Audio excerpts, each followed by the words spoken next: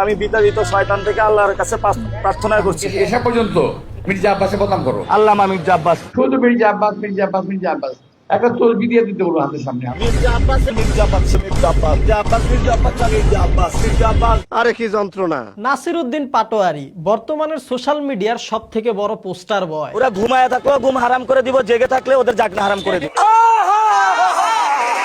অনেকেই হয়তো এই নাসিরউদ্দিন পাটোয়ারিকে আগে চিনতেন না। আপনি কে?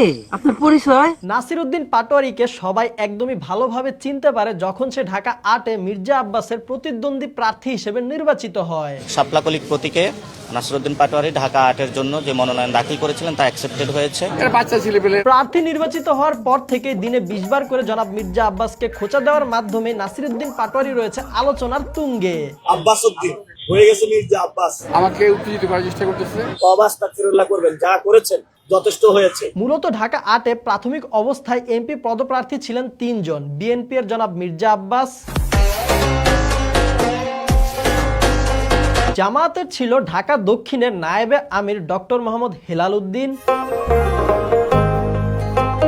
আর স্বতন্ত্র প্রার্থী ছিল বিপ্লবী ওসমান হাদি। जुल्म फिर जुल्म है बढ़ता है तो मिट जाता है। কিন্তু বিপ্লবী ওসমান হাদি শহীদ হবার পর সকল সমীকরণ পাল্টে যায়।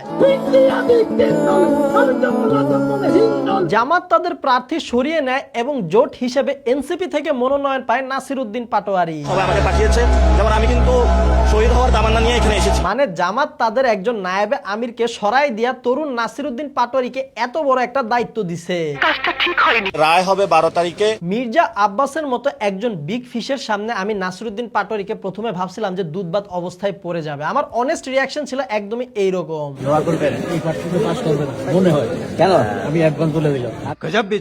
আসলে ভাই তখন আমি বুঝতে পারি নাই যে নাসিরউদ্দিন পাটোয়ারি খেলাটারে কোন লেভেলে নিয়ে আসবে। এখানে ঢাকা ৮ আসবে দানবের সাথে লড়াই করছি। কি ওর মস্তিষ্ক বিক্রি আছে। আমি শুরুতে ভাবছিলাম হয়তো জনাব মির্জা আব্বাস এই আসনটিতে একদমই হেসে খেলে বিপুল ভোটে জয়লাভ করবে, কিন্তু নাসিরউদ্দিন পাটোয়ারি যা শুরু করছে, চান্দাবাদ চান্দাবাদ, অকথ্য ভাষা গালিয়াজ করছে। আমার সাথে কখনো হলো হাঙ্কি পাঙ্কি আপনি করবেন না। নাসিরউদ্দিন পাটোয়ারি ঢাকা ৮-এ তার নির্বাচনী প্রচারণার জন্য একটা অস্থায়ী অফিস দিছে বিশাল বড় করে। অফিসটা দেশে ঠিক মির্জা আব্বাসের বাসার পাশে। এটা কোনো এমপি অফিস হবে না, এটা জনগণের অফিস। অফিসের ভেতরে আবার রাখছে বিশাল বড় করে বেগম খালেদা জিয়ার গ্রাফিটি। মির্জা আব্বাসকে বারংবার খোঁচা দেওয়ার ফল হিসেবে পচা ডিম খায় নাসিরউদ্দিন পাটোয়ারি। আর এই ডিম মারার ভিডিও দেখে বিনোদনও পান আব্বাস সাহেব। ওটা ডিম পুরো শব্দ ডিম।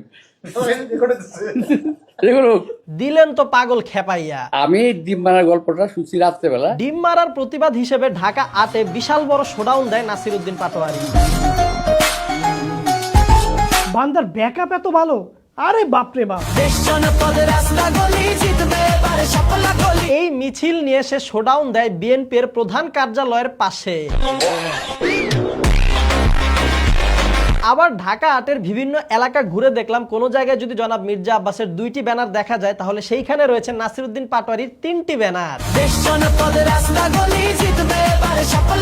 এমনকি বিএনপির অফিসের সামনেও ব্যানার টানায় রাখছে নাসিরউদ্দিন সাহেব। ধরেন কখনো যদি এমন হয় রাস্তা দিয়ে কোনো বড় ট্রাক যাচ্ছিল, তো সেই ট্রাকের কোনায় লেগে নাসিরউদ্দিন পাটোয়ারির কোনো ব্যানার হয়তো ছিঁড়ে গেছে বা নিচে পড়ে গেছে, তখন দেখা যাবে যে জনাব মির্জা আব্বাস সাহেব দ্রুত লোক পাঠাবে যে ভাই যা একটা নতুন ব্যানার ওখানে টানাই দিয়ে আয়, তাও যেন নাসিরউদ্দিন পাটোয়ারির মুখ থেকে আর নতুন কোনো কথা শোনা না লাগে। ওনার আল্লাহ হেদায়েত নসিব করুন ওনাকে। সব মিলিয়ে ঢাকা ৮-এর খেলা চলতেছে অন্য লেভেলে। নাসিরউদ্দিন পাটোয়ারির খোঁচাখুচিতে বিএনপির নেতাকর্মীরা ধৈর্য ধারণ করলেও অনেক সময় দেখা যায় বেশ কিছু নেতাকর্মী কিন্তু বিরক্তও হয়ে যায়। আবার অনেক সময় কিছু বিএনপির কর্মী রেগেও যায়। তবে বিরক্তি আর রাগকে একপাশে রেখে ধৈর্য ধরে অনেক সময় দেখা যায় বিএনপির নেতাকর্মীরা কিন্তু ভালোবাসাও দিচ্ছে নাসিরউদ্দিন পাটোয়ারিকে। কখনো দেখা যায় ছাত্র দলের লোকরা তাকে জড়িয়ে ধরছে বুকে।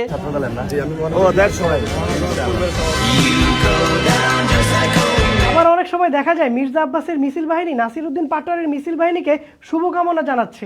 সাধুবাদ জানান।